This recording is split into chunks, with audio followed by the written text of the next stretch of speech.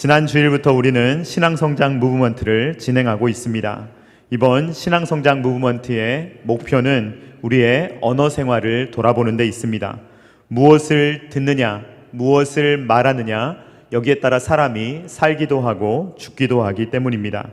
그런데 우리의 생각, 이 말씀을 듣고 해석하는 능력과 또 우리가 말을 할 수 있는 그러한 언어 생활, 이것이 근본적으로 바뀌기 위해서는 바로 성령 하나님의 임재가 필요합니다.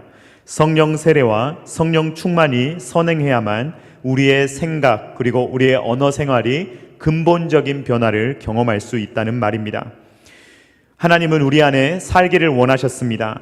그러나 거룩하신 하나님이 계시는데 죄를 지은 인간, 같이 살 수가 없는 것이죠.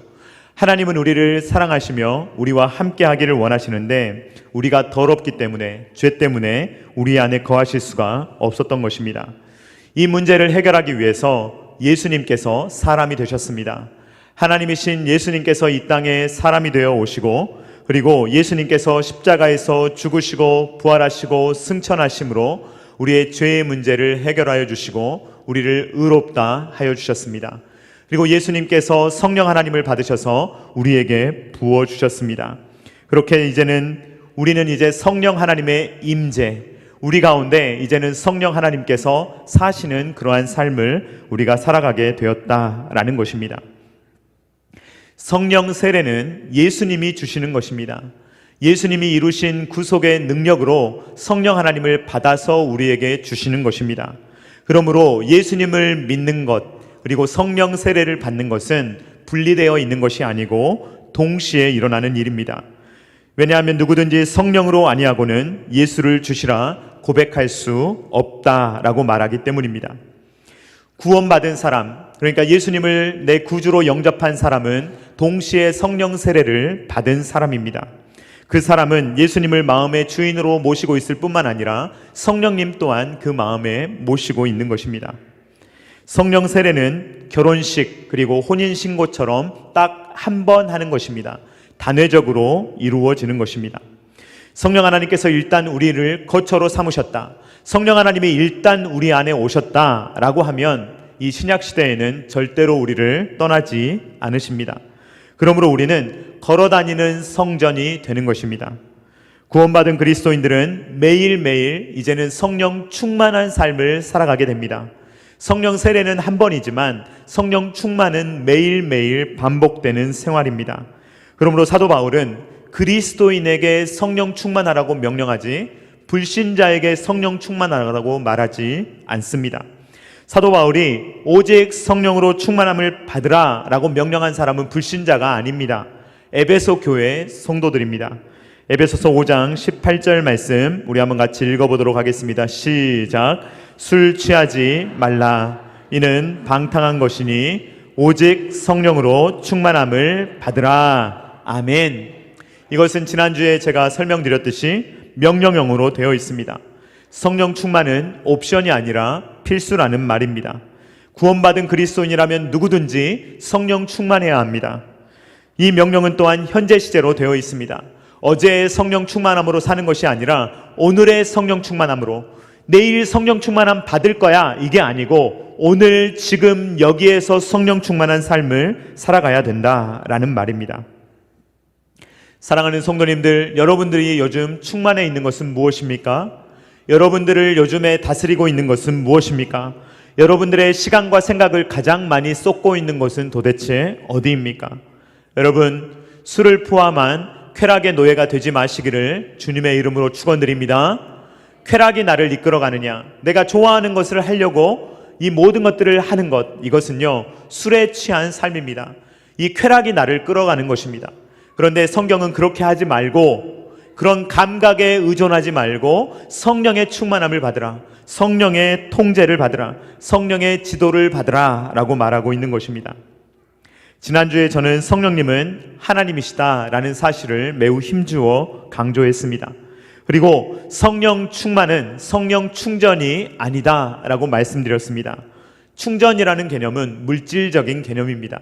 하나님을 인격적으로 대하는 것이 아니라 비인격적으로 대할 때 충전 개념이 나오는 것입니다. 우리는 성령으로 충전되는 것이 아니라 성령 충만, 이것은 살아있는 관계입니다. 하나님께서 살아계시고 내 안에 계시기 때문에 하나님과의 관계를 맺을 때에 충만해야 된다라는 말입니다. 이 충만이라는 말은 동행을 의미하기도 하고 주님께서 우리를 통치하신다는 것을 의미합니다.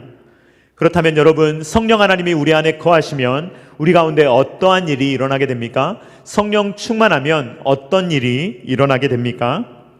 성령님이 우리 안에 거하시고 우리를 통치하시면 놀라운 일들이 일어나게 되는데, 예를 들면 이런 일이 일어나게 됩니다. 구약시대에 어떤 일이 있었느냐?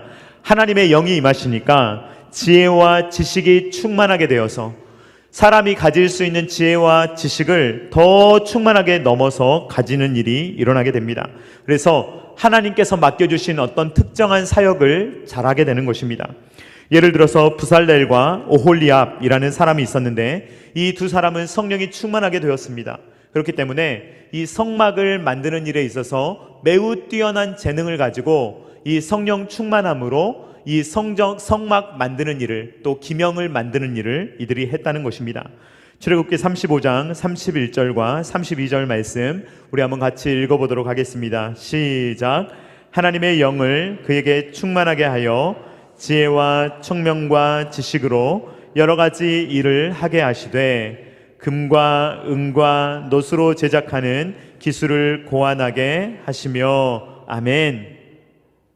하나님의 영이 이 부살렐과 오홀리압에게 임하니까 이것을 잘 만드는 지혜와 총명이 이들에게 넘치게 됩니다. 그래서 여러 기술들을 매우 잘 감당하는 일이 일어나게 됐다는 것입니다.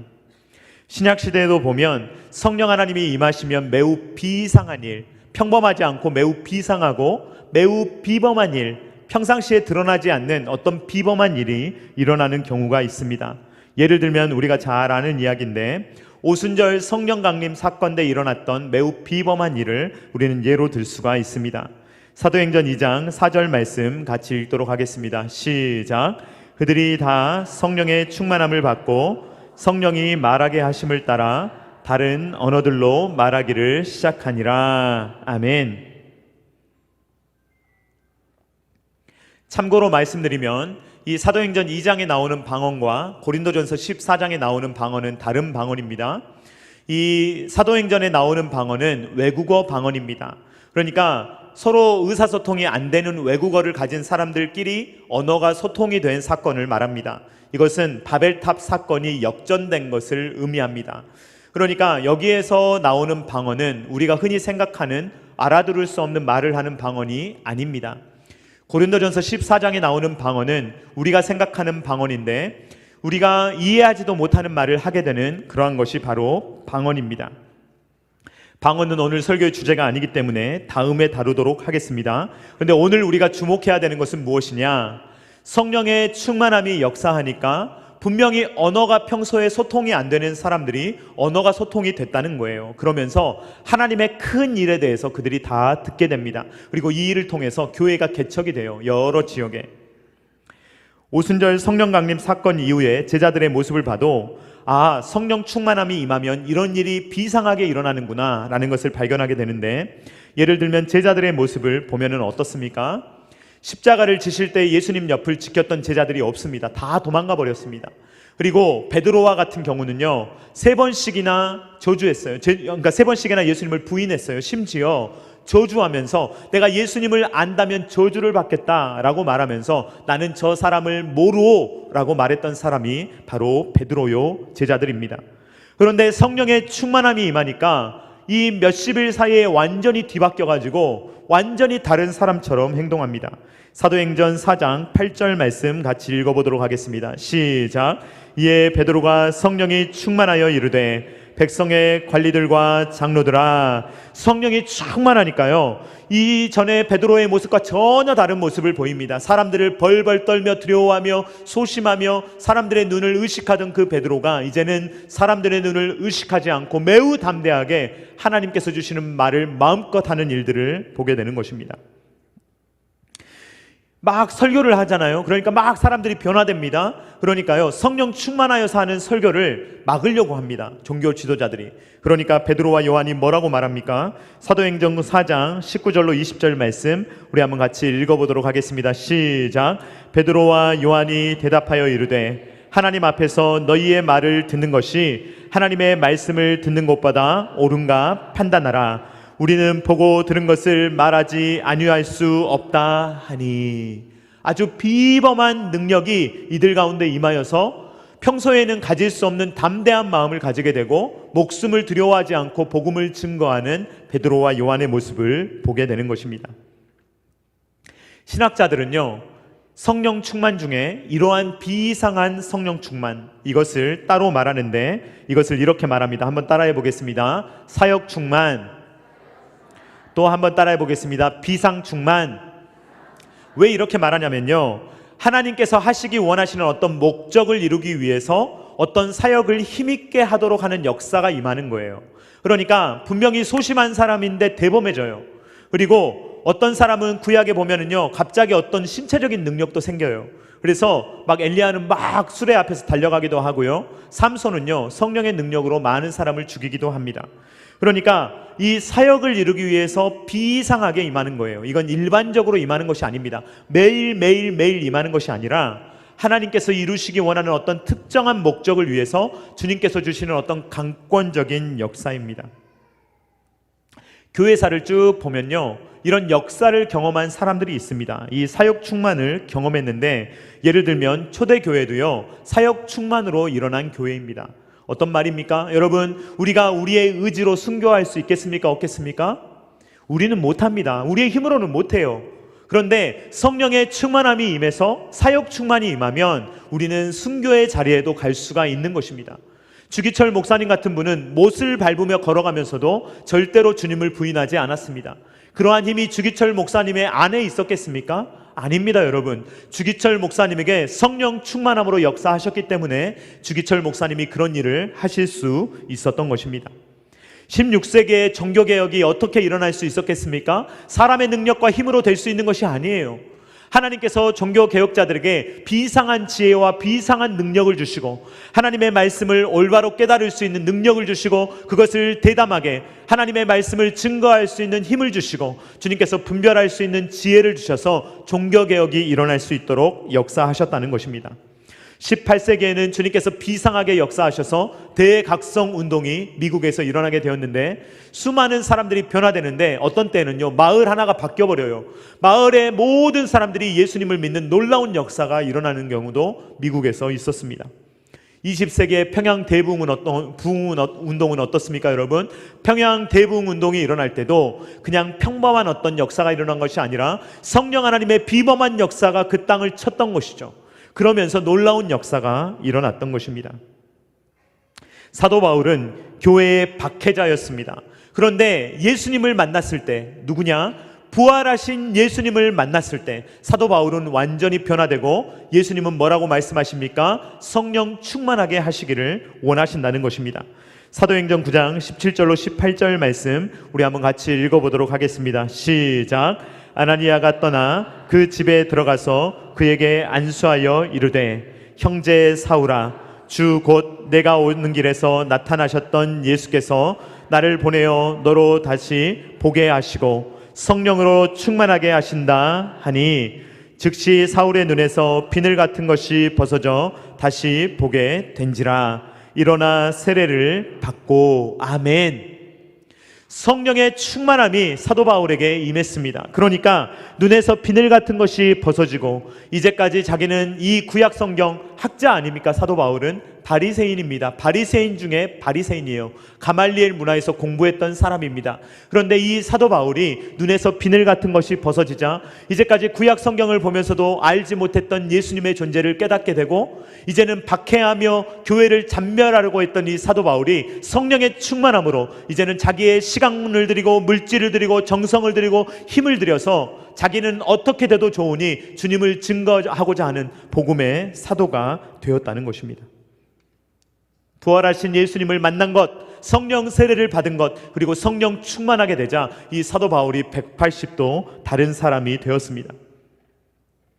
이 사역 충만이 임하면 또 어떤 일이 벌어지냐면요, 기적이 일어납니다. 그래서 사도 바울이 어떤 일을 행했냐면요, 복음을 증거하기 위해서 하나님이 사도 바울에게 역사하실 때 기적이 일어났는데 이런 일이 일어납니다. 사도행전 19장 11절로 12절 말씀 우리 한번 같이 읽어보도록 하겠습니다. 시작.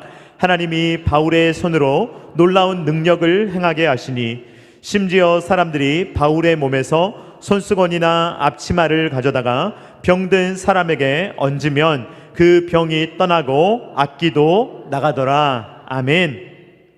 사랑하는 성도님들, 하나님은 살아계시고 오늘날도 얼마든지 역사하시는 줄로 믿습니다. 주님께서 성령 충만하게 하시고요, 사역 충만을 주시면요, 오늘날도 얼마든지 이런 일은 일어날 수 있는 것입니다. 우리가 성령 충만함으로 기도하면 주님이 때로 우리에게 지혜를 주십니다. 우리가 전혀 할 수 없는 생각을 하게 하세요. 그리고 청명함을 주십니다. 그래서 분별하게 하세요. 알게 하세요. 깨닫게 하세요. 이것이 바로 성령의 역사입니다.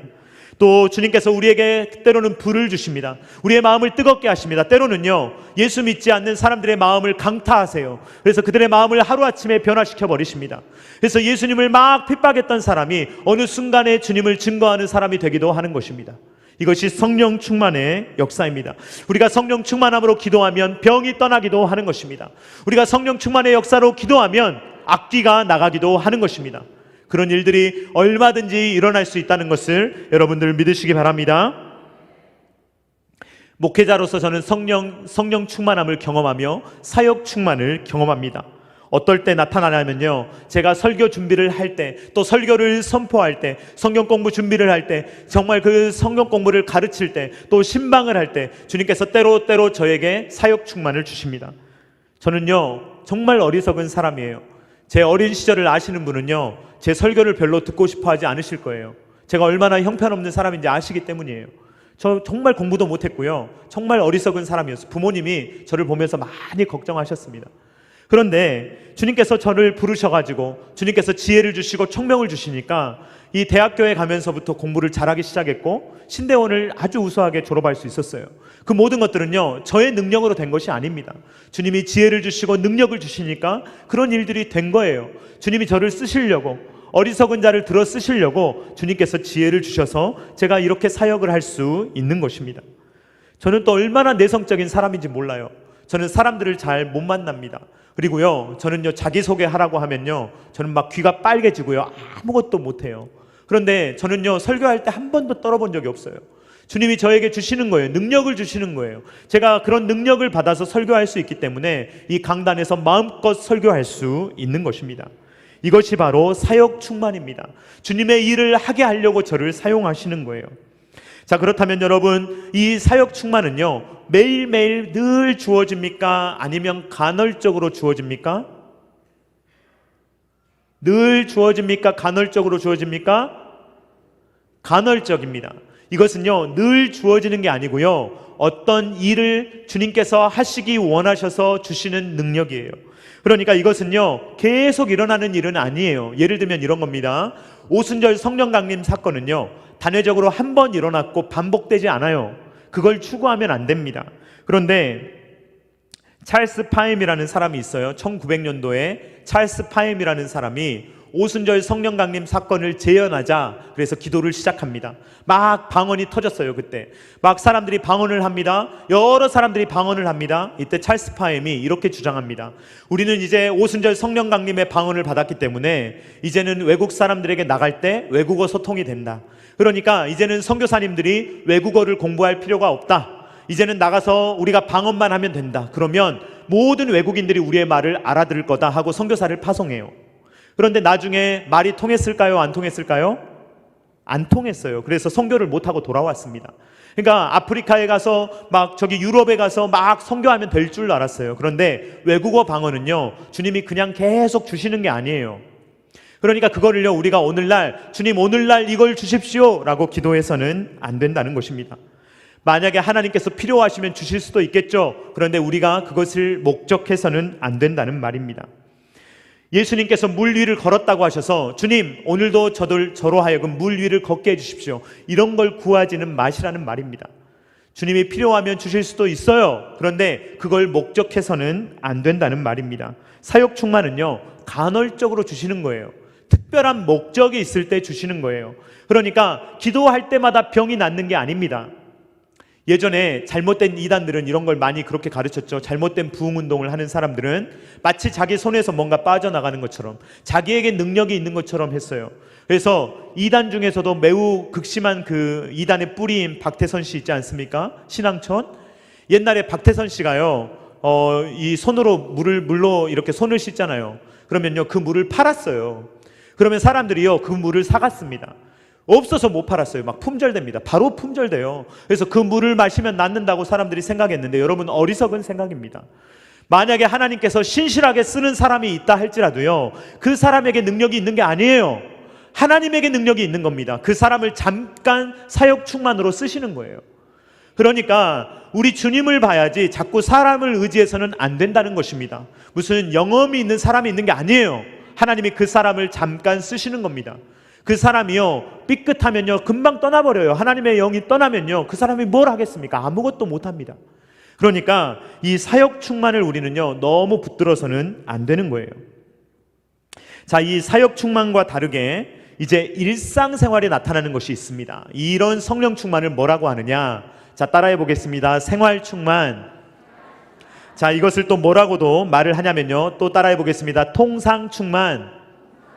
이거는요, 사역 충만과 다르게 일상에서 나타나는, 생활 속에 나타나는 성령의 충만이에요. 이거는요, 어제 있었지만 오늘 있어야 될 줄로 믿습니다. 내일도 있어야 돼요. 그리고요, 이거는요, 막 더 발전돼야 합니다. 이것은요, 일상 속에 나타나기 때문에 통상 충만이라고 하는 거예요. 비이상하게 역사하는 게 아니고 계속 있는 겁니다. 자, 이 생활 충만은 뭐냐면, 하나님께서 우리 안에 거하시면서 우리의 생각을 다스리시고, 우리의 마음을 다스리시고, 우리의 행동을 다스리시고, 우리의 태도를 다스리셔서, 우리의 말을 다스리셔서 나타나는 성령의 역사예요. 그러니까요, 여러분, 우리 성령 충만하면 우리의 표정이 부드러워야 될 줄로 믿습니다. 우리 옆에 분 보고 한번 웃어주시기 바랍니다. 자, 성령 충만한 표정을 보여주시기 바랍니다. 여러분, 성령 충만은요, 보여지는 거예요. 때로는 막 인상 쓰고 다니면서 내가 인상은 이래도 성령 충만해, 마음은 나는 충만, 이러지 마십시오. 말은 함부로 하면서 난 성령 충만한 사람 아니에요. 여러분, 성령이 충만하면요, 우리의 마음을 성령 하나님이 다스리세요. 그러면요, 해야 될 말, 말아야 될 말, 이걸 정리하게 해주세요. 그리고요, 다른 사람을 함부로 대하지 못하게 하세요. 성령 충만하면요, 생활 충만이 반드시 임합니다. 여러분, 초대교회 때 집사님들 뽑을 때요, 사역 충만으로 뽑은 거 아니에요. 생활 충만으로 뽑은 겁니다. 사도행전 6장 5절 말씀 우리 한번 같이 읽어보도록 하겠습니다. 시작. 온 무리가 이 말을 기뻐하여 믿음과 성령이 충만한 사람 스데반과 또 빌립과 브로고로와 니가노르와 디몬과 바메나와 유대교회에 입교했던 안디옥 사람 니골레라를 택하여. 자, 교회는요, 사역 충만도 필요합니다. 왜냐면요, 예를 들어서 가르쳐야 되면요, 가르치는 은사가 필요해요. 그런데 정작 봤던 건 뭐냐면요, 집사님들을 뽑을 때 봤던 건 뭐냐면요, 뭐 예배 출석하는 거, 교회에서 예배 생활하는 거, 그 다음에 사역하는 거, 헌금 생활 다 보겠지만 정말로 중요한 건 뭐냐면 그 사람의 인품이에요. 그 사람의 평소의 말이에요. 그 사람의 평소의 성격이에요. 그게 중요한 거예요. 집사님들 뽑을 때 뭘 뽑았겠습니까? 사역 충만을 봤다면 이런 걸 봤겠죠. 자, 이제 집사가 되려면 한번 방언해 보십시오. 막 방언하면 이제 저기 병 한번 고쳐보십시오. 병 고치면 이제 저기 귀신 한번 쫓아내 보십시오. 이렇게 했겠죠? 그런 게 아니에요. 집사님들을 뽑을 때 뭘 봤냐면요, 그분의 평소의 삶, 그분이 들어가면은 셀이 어떻게 변화되는지, 그분이 가면은 세상이 어떻게 변화되는지를 보는 거예요. 그분이 가면 정말로 상처받았던 사람이 위로를 받고, 그분이 가면 사역이 일어나고 안 될 일이 되고, 그런 일들을 일어나게 하는 것이 바로 생활 충만의 힘이라는 것입니다. 그러니까요, 우리의 성화는요, 때로 눈에 보여요. 그래서 성도는요, 때로 눈에 보이게 변합니다. 비저블한 거예요. 눈에 보이게 변화가 일어납니다. 왜냐하면요, 생각이 변하면요, 마음이 변하거든요. 마음이 변하면 태도가 변하거든요. 태도가 변하면 행동이 바뀌거든요. 말이 바뀌거든요. 그러니까 이 사람이 정말 예수 믿는 사람이구나, 이 사람이 정말 성령 충만한 사람이구나 라는 것이 우리의 일상 가운데 나타난다는 것입니다. 사도 바울은 에베소서에서 이렇게 말하잖아요. 성령 충만함을 받으라 라고 말하고, 그리고 나서 뭘 이야기하냐면요, 세 가지를 이야기하는데, 자, 첫 번째로 무엇을 말하느냐, 에베소서 5장 19절 말씀 같이 읽어보도록 하겠습니다. 시작. 시와 찬송과 신령한 노래들로 서로 화답하며 너희의 마음으로 주께 노래하며 찬송하며. 아멘. 사도 바울이 뭐라고 이야기합니까? 술 취하지 말라, 이는 방탕한 것이니 오직 성령으로 충만함을 받으라. 시와 찬송과 신령한 노래들로 서로 화답하며 너희의 마음으로 주께 노래하며 찬송하며.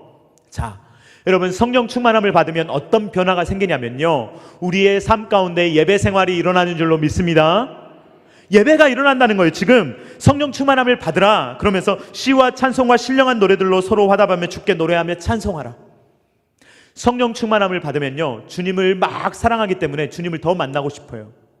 은혜 받았지만 더 받고 싶어요. 기도했지만 더 기도하고 싶어요. 찬양했지만 더 찬양하고 싶어요. 이렇게 될 줄로 믿습니다. 그런데요, 성령 충만하지 않으면요, 식어버리잖아요. 그러면요, 별로 신앙생활 하고 싶지 않습니다. 별로 예배하고 싶지 않습니다. 별로 기도하고 싶지도 않아요. 찬양 들으면 시끄러워서 끄고 싶어요. 이게 바로 성령 충만하기 때문에, 성령 충만하지 않기 때문에 일어나는 현상이라는 것입니다. 여러분, 성령으로 충만해지시기를 주님의 이름으로 축원드립니다. 이 충만이 일어나면요, 여러분들의 마음이 막 은혜의 자리를 사모하게 돼요. 막 예배하고 싶어져요. 더 하고 싶어요. 더 섬기고 싶어요. 더 하나님을 사랑하고 싶어요. 이런 갈망이 우리의 마음 가운데 성령의 충만함으로 일어난다는 것입니다. 두 번째로 성령 충만하면 어떤 일이 일어나게 되느냐, 에베소서 5장 20절 말씀 같이 읽어보도록 하겠습니다. 시작. 범사에 우리 주 예수 그리스도의 이름으로 항상 아버지 하나님께 감사하며. 아멘. 여러분, 범사에 감사하시기를 주님의 이름으로 축원드립니다. 잘 나갈 때 감사하는 건 아무나 할 수 있는 거예요. 세상 사람들도 다 해요. 그리스도인들은 무슨 차이가 있느냐, 잘 안 될 때도 감사하는 거예요. 저는요, 신방 갈 때요, 가끔요, 제가 은혜 받을 때 너무 많아요. 막 은혜를 정말 제가 받아요. 왜 그런 줄 아십니까? 이분이 다쳐서 병상에 있어요. 그래가지고요, 지금 막 수술 받아야 돼요. 근데 얼마나 감사하시는지 몰라요. 하나님이 내 마음에 불평불만이 아니라 막 감사를 주신다고 막 고백하시는 거 들어보면요, 제가 위로하러 갔는데 제가 위로받고 와요. 저는 인간의 말로 위로 못합니다. 그런데요, 정말 하나님께서 그분을 만지시는 거예요. 막 성령에 충만하면요, 여러분 일상에요, 불평거리를 찾는 게 아니라 감사거리를 찾습니다. 여러분, 요즘 많이 힘드시잖아요. 경제가 너무 어렵잖아요. 러시아하고 우크라이나하고 이렇게 오래 전쟁할 줄 누가 알았습니까? 이스라엘하고 하마스하고 이렇게 전쟁을 해서 우리나라에 이런 영향을 줄 줄 누가 알았습니까? 점점 막 어려워지는 것 같고 세상이 복잡해요. 그러나 성령 충만한 사람들은 감사거리를 찾을 수 있는 줄로 믿습니다. 여러분, 경제 어렵다고 해도 우리 굶지 않았잖아요. 먹고 살 수는 있잖아요. 일할 수 있잖아요. 그러니까 우리에게 얼마나 주님께서 주시는 은혜가 큽니까? 우리는요, 성령이 충만하면요, 우리의 마음이 부드러워져요. 그래서요, 어떤 말을 들어도 그걸 잘 이해하고 해석할 수 있는 능력이 생깁니다. 그런데요, 우리의 마음이 팍팍하고요, 성령의 충만함이 없으면요, 막 그냥 오해해요. 막 무슨 말을 들으면 그냥 오해부터 해요. 그리고 막 싸울 준비부터 해요. 그렇게 해서는 안 된다는 것입니다. 여러분, 부정적으로 생각하지 마시기 바랍니다. 부정적인 말을 하시지 마시기 바랍니다. 여러분, 성령으로 생각하고 성령으로 말하시기를 주님의 이름으로 축원드립니다. 세 번째로 성령 충만하면 어떤 일이 일어나게 되느냐, 복종하게 됩니다. 자, 에베소서 5장 21절 말씀 우리 한번 같이 읽어보도록 하겠습니다. 시작. 그리스도를 경외함으로 피차 복종하라. 아멘. 여러분, 피차에 복종하시기를 주님의 이름으로 축원드립니다. 네, 별로 안 좋아하실 거예요, 이 말을. 복종이라는 말을 우리는 싫어하거든요. 그렇잖아요. 특히 요즘 MZ세대들한테 복종하라 그러면요, 목사님 요즘 어떤 시대인데 복종이라는 단어를 쓰십니까? 이럴 수 있는데, 성경이 말하는 복종은요, 막 그 세상적인 굴욕적인 복종을 말하는 게 아니고요, 서로를 대할 때 우리가 하나님의 형상으로 서로를 대한다는 말을 의미해요. 그래서 서로를 대할 때 하나님처럼 대하는 거예요. 함부로 말하지 않는다는 거예요. 상대방을 함부로 생채기 내지 않는다는 거예요. 그래서 피차 서로를 아름답게 대하는 것을 피차 복종하라 라고 말합니다. 이 사도 바울은요, 이 에베소서 5장을 쭉 이어가면서 6장까지 어떤 이야기를 하냐면요, 성령 충만한 사람은 피차에 복종하는데 남편과 아내가 서로 복종한다 라고 말합니다. 여러분, 우리 남편들은 아내에게 복종하시기를 주님의 이름으로 축원드립니다. 우리 남편들은요, 일부 예배 때도 아멘이 적더라고요. 주여. 우리 아내분들은 남편들에게 복종하실 수 있기를 간절히 소망합니다. 일부 때도 여성분들이 더 크더라고요. 성경은요, 남편들한테만 복종하라고 한 게 아니에요. 아내한테 남편에게 복종하라는 말이 뒤에 나오죠. 그런데 아내에게만 하라고 한 게 아니에요. 그 전에 피차 복종하라고 말해요. 피차 복종해야 돼요. 왜냐하면 둘 다 하나님의 형상이기 때문이에요. 남자도 하나님의 형상이에요. 여자도 하나님의 형상이에요. 그러니까 남편과 아내는요, 피차 복종해야 되는 관계인 줄로 믿습니다.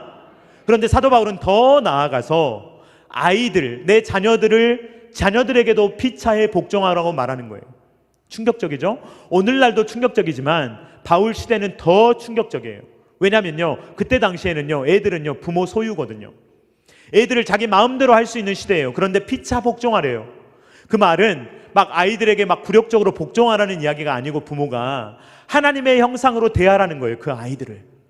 근데 바울은요, 더 급진적으로 나가서요, 그때 당시에 사람들은 이해할 수 없는 말을 합니다. 종과 상전도 피차 복종하라는 거예요. 그때 종은 사람이 아닙니다. 물질이에요, 물질. 물건이에요. 내다가 팔 수도 있고, 오늘 같으면요, 당근에 올려서 팔아도 돼요. 내 노예인데 일도 잘하고 설거지도 잘합니다. 얼마입니다. 올려놓으면 다른 사람이 당근 해가지고 와서 사갈 수 있다고요. 그런데 그런 시대 가운데 사도 바울은요, 종과 상전 가운데도 피차 복종하라는 거예요. 왜냐하면 종도 하나님의 사람이라는 거예요. 하나님의 형상을 지녔다는 거예요. 얼마나 급진적인 이야기입니까? 이 모든 일들이 언제 일어날 수 있느냐? 생활 충만할 때. 성령으로 내가 충만해지고 생활로 충만해질 때 이런 일이 일어날 수 있다는 것입니다. 여러분, 그렇다면 사역 충만이 더 중요할까요? 이 생활 충만이 더 중요할까요? 역시 여러분들은 훌륭하십니다. 생활 충만이 훨씬 더 중요한 줄로 믿습니다. 사역 충만이 아무리 훌륭해도요, 생활 충만 없으면 아무것도 아니에요. 대한민국에서 제일 큰 교회를 세웠다고 하더라도, 제일 유명한 목사라고 할지라도요, 그 사생활이 난잡한 사람은 아무것도 아니에요. 그 사람은 가짜예요. 사역 충만이 일어난 다음에 귀신을 내쫓아도요, 나가서 다른 사람에게 함부로 말하는 사람은 성령의 사람이 아닙니다. 그러니까요, 우리는요, 너무 큰 일을 하려고 애쓰면 안 돼요. 큰 일은요, 주님이 주시면 그냥 하면 돼요. 그때 내가 노력하면 안 돼요. 내가 야망을 갖고 내가 큰 일 해야지, 내가 이 대한민국에서 제일 막 큰 일 해야지, 이런 게 아닙니다. 주시면 하는 거예요. 사역 충만은 주님이 필요할 때 주세요. 생활 충만은 뭡니까? 정말 우리를 깎아야 돼요. 정말 깎아야 됩니다. 이 생활 충만은 그냥 되는 게 아니에요. 나를 깎아야 되고요, 양보해야 되고요, 참아야 되고요. 정말 힘든 일이에요. 그러나 주님이 기뻐하시는 거는요, 우리가 어떤 위대한 어떤 사역을 행하는 것보다 주님이 원하시는 것은 내가 정말로 주님을 닮아가는 거예요. 내가 한마디 말이라도 살리는 말을 하는 것을 주님께서 원하신다는 것입니다. 내가 다른 사람을 시험에 들지 않도록 하는 것을 주님이 원하신다는 거예요. 그러니까요, 큰일 사역 충만 중요합니다. 저는 사역 충만도 구해요. 그러나 우리가 정말 구해야 되는 것은 생활 충만입니다. 그래서 이 생활 충만이 가정에서 나타나야 합니다. 직장에서 나타나야 합니다. 셀에서 나타나야 합니다. 이 교회에서 나타나야 하는 것입니다. 여러분, 사도 바울도 이렇게 이야기해요. 고린도전서 13장 1절 말씀 우리 한번 같이 읽어보도록 하겠습니다. 시작. 내가 사람의 방언과 천사의 말을 할지라도 사랑이 없으면 소리나는 구리와 울리는 꽹가리가 되고, 이 말을 오늘 본문으로 번역해보면 이런 거예요. 방언과 천사의 말을 아무리 하더라도요, 예언하고 별짓을 다 해도요, 사역 충만해도요, 그 사람에게 사랑이 없으면, 생활 충만 없으면 그 사람은 소리나는 구리와 울리는 꽹가리 같은 사람이라는 거예요. 그러니까 여러분, 정말로 많은 어떤 은사를 너무 많이 소유하기보다 정말로 사랑 많은 사람 되시기를 주님의 이름으로 축원드립니다. 사역 충만도 추구해야 되지만 정말로 생활 충만한 교회, 그런 생활 충만한 성도들, 생활 충만한 제가 될 수 있기를 주님의 이름으로 축원드립니다. 이 시간 다 같이 우리 힘차게 191장 찬양하도록 하겠습니다. 191장 우리 박수하면서 힘차게 찬양하고 기도하도록 하겠습니다.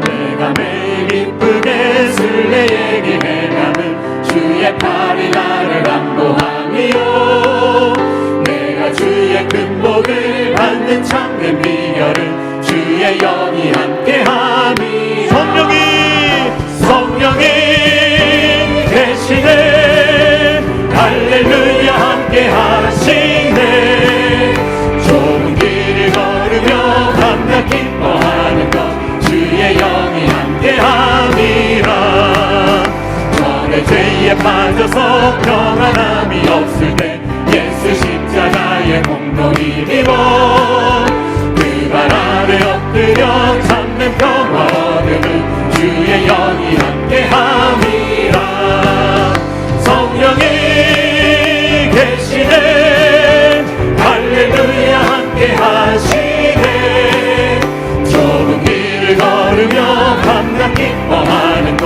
주의 영이 함께함이라 나와 동행하시고 모든 염려하시니 나는 숲의 새와 같이 기쁘다 내가 기쁜 마음으로 주의 뜻을 행하면 주의 영이 함께함이라 성령이 계시네 할렐루야 함께하시네 좁은 길을 걸으며 밤낮 기뻐하는 것 주의 영이 함께함이라 세상 모든 욕망과 나의 모든 정욕은 십자가의 힘이 못을 나갔네 어느 밤이 지나도 무거운 짐 벗으니 주의 영이 함께함이라 성령이 계시네 할렐루야 함께하시네 좋은 길을 걸으며 밤낮 기뻐하는 것 주의 영 한 번 더 찬양합니다. 성령이 계시네 할렐루야 함께하시네 좁은 길을 걸으며 밤낮 기뻐하는 것 주의 영이 함께함이라 아멘. 이 시간에 우리 다 같이 기도하기를 원합니다. 주님 우리에게 성령의 충만함을 주셔서 주님 사역 충만함을 주셔서 지혜를 주시고 총명을 주셔서 주의 일 잘 감당하는 주의 자녀들 될 수 있도록 주님께서 능력을 달라고 기도하시기 바랍니다. 동시에 기도할 때 주님 저에게 생활 충만을 주셔서 주님 나의 생각을 바꾸시고 마음을 바꾸시고 내 마음 가운데 함께하여 주셔서 나의 언어 생활이 바뀌게 하시고 나의 표정이 바뀌게 하셔서 내가 정말로 주님께서 기뻐하시는 예수의 사람이 될 수 있도록 예수의 생명이 약동하는 그러한 참단 계략식 교회가 될 수 있도록 이 시간 나같이 주여 한번 외치고 기도합니다. 주여